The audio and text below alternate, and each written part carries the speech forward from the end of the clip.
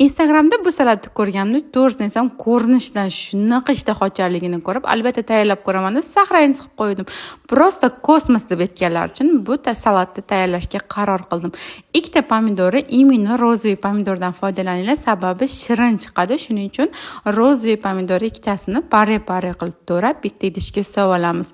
Uni ustidan yarimta ukrop va yarimta kashnitchi mayda qilib to'rab solib olamiz va 2-3 dona chesnokni qirg'ichdan chiqarib, uni ham ustidan sovaramiz.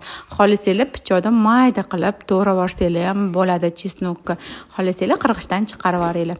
Va buniga ustiga suvini tayyorlab olamiz. 1 stakan suvga 3-4 qoshiq shunaqa tomatni pasta solamiz va ozgincha tuz solib aralashtiramiz.